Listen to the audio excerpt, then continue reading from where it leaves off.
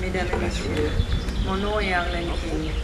En tant que directrice mémoriale terre-neuvienne de Beaumont-Hamel, c'est un grand honneur pour moi de vous souhaiter la bienvenue à cette cérémonie commémorant le 90e anniversaire de la bataille de la Somme le 1er juillet 1916.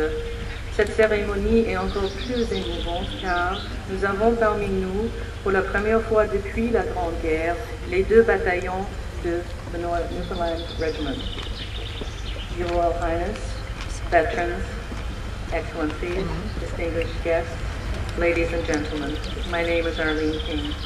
As the director of the Beaumont-Hamel Newfoundland Memorial, it is an honor for me to welcome you to this ceremony commemorating the 90th anniversary of the Battle of the Somme, July 1st, 1916. This is a particularly emotional ceremony, as it is the first time since the First World War that the two battalions of the Royal Newfoundland Regiment are together once again in France. Du début,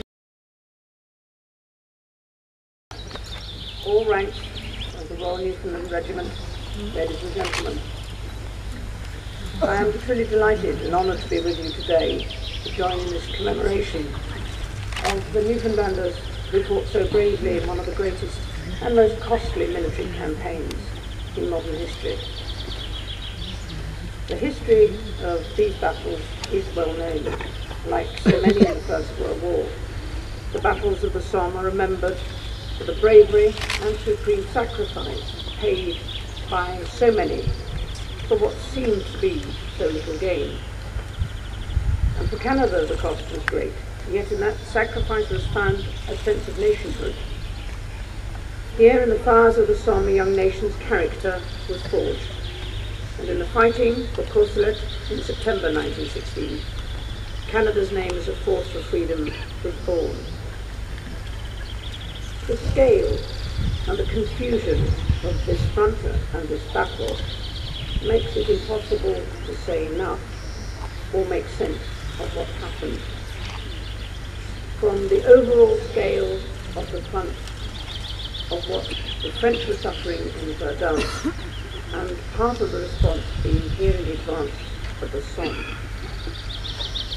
Here, each of us has and needs the time to absorb what happened and what it meant, and why we should never forget the price of freedom, and why also we should be grateful to Padre Nangle, to the government of Newfoundland, and to the generosity of France and the local communities for this remarkable memorial and the ground which has been preserved with it.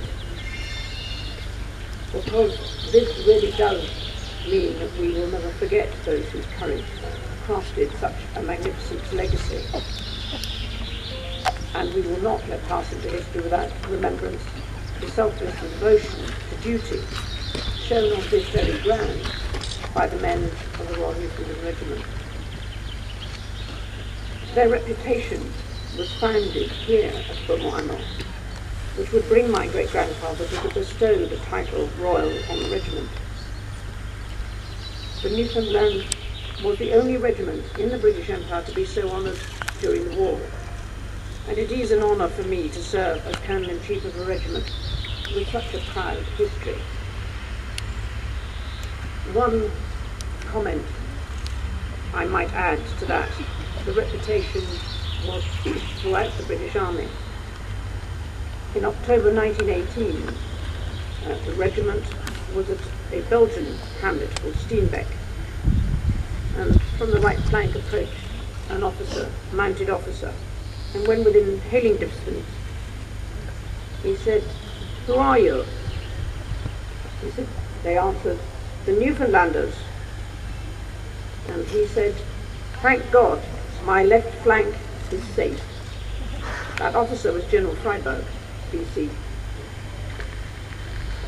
Seeing the regiment assembled here today reminds us that, though your forebears fought so many years ago, their legacy of courage and dedication to freedom is with us still.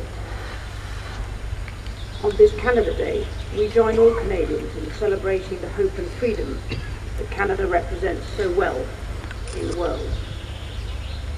N'oublions jamais ceux qui n'ont le devant et qui ont tant donné.